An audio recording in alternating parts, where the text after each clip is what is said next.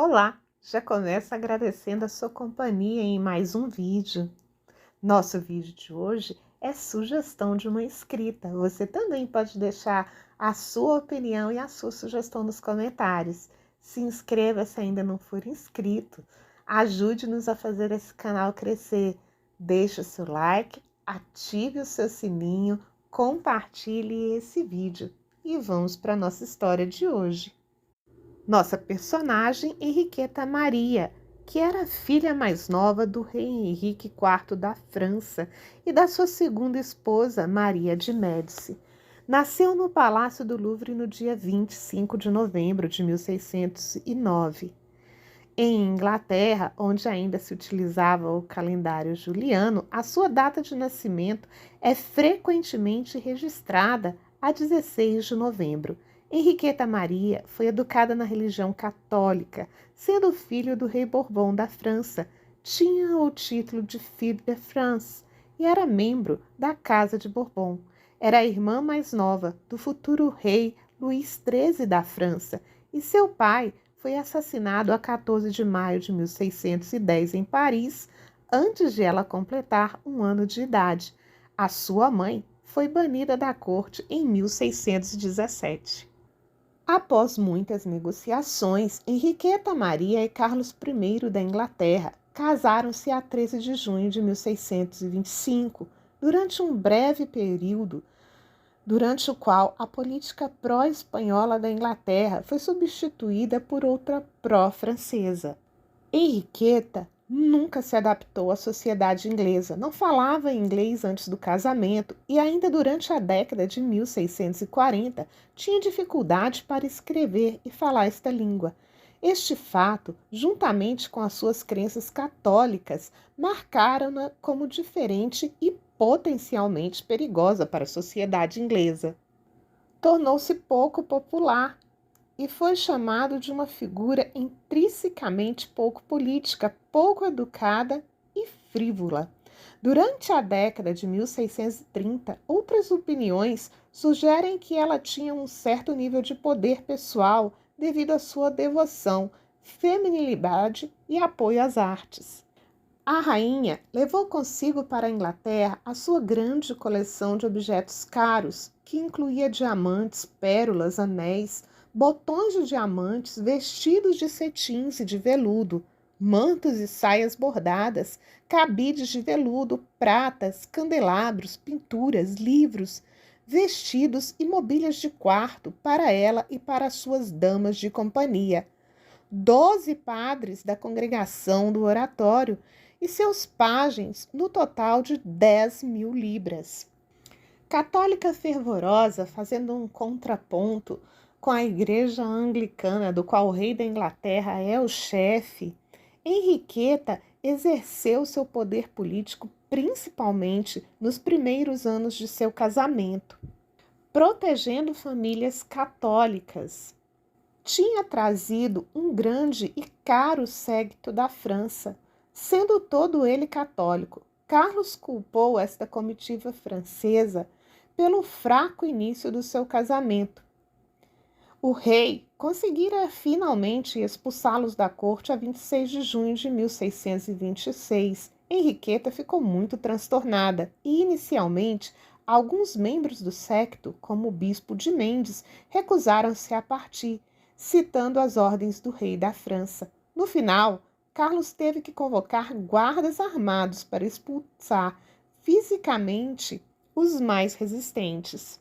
O fato de Carlos ter expulso a comitiva francesa estava também relacionada com a necessidade de controlar os gastos de Henriqueta. Inicialmente, a rainha gastava grandes quantidades em pouco tempo, o que levou à acumulação de dívidas.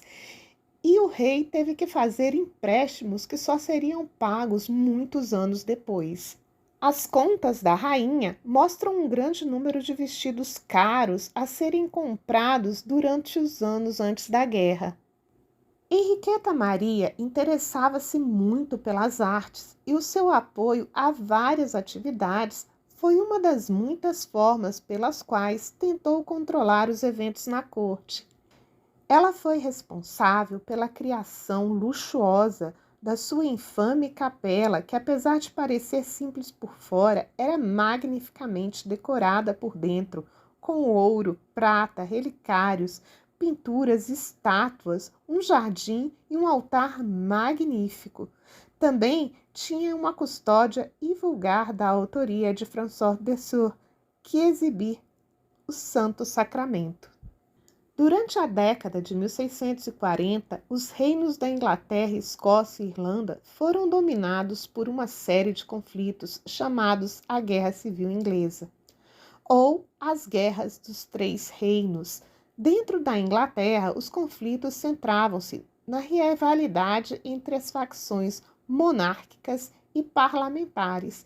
Como esposa de Carlos, Henriqueta Maria envolveu-se profundamente nesses conflitos, que resultariam na morte do marido e no seu exílio na França. Ela era conhecida como uma mulher enérgica que dominava o seu marido fraco de forma negativa. O rei procurava seus conselhos em todos os assuntos, exceto nos religiosos. Questões como a religião, a sociedade, a moral e o poder político tornavam-se cada vez mais evidentes durante os anos finais antes de a guerra arrebentar. As opiniões fortes de Henriqueta em relação à religião e à vida social da corte fizeram com que, em 1642, se tornasse uma rainha muito pouco popular, que nunca conseguiu inspirar grande respeito pessoal e lealdade por parte de grande parte dos seus súditos. Sua religiosidade católica fervorosa e a defesa de seus compatriotas acima do seu dever como rainha dos ingleses levaram a ser uma figura extremamente indesejada.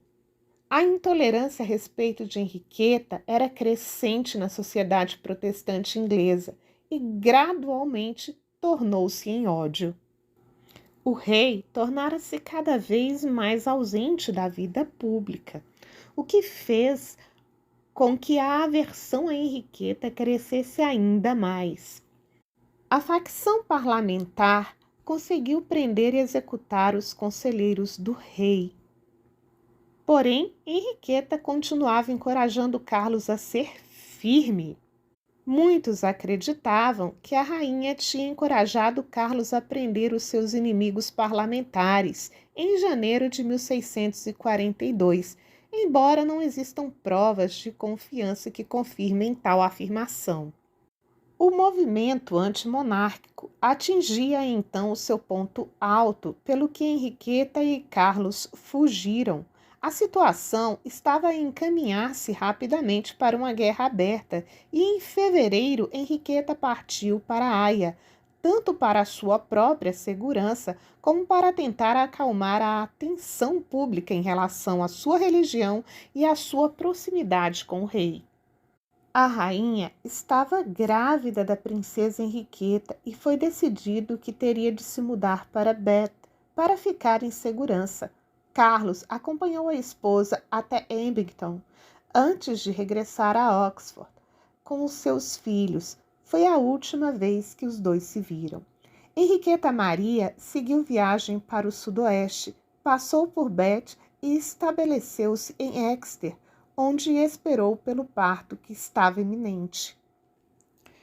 Com o apoio da corte e devido à animosidade dos ingleses, Henriqueta instalou-se em Paris em 1646.